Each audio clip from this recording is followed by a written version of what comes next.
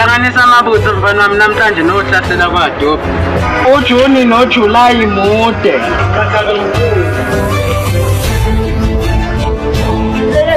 ngapha kulezi ndaba apha abantu abadala bazokuthola ukubafanele kuphela.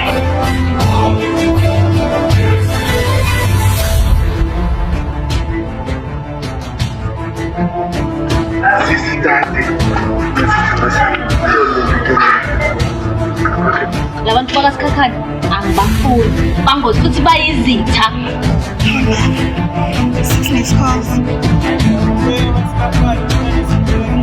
Akosinyane lemvubu nadliwa zingwenya kwacweba. Asi yizitha lezo Akhane, nawe uyakwazi lokho. Awukwazi ukuthi wakho uthande nomuntu oyisitha emndenini wethu ngazongicasula.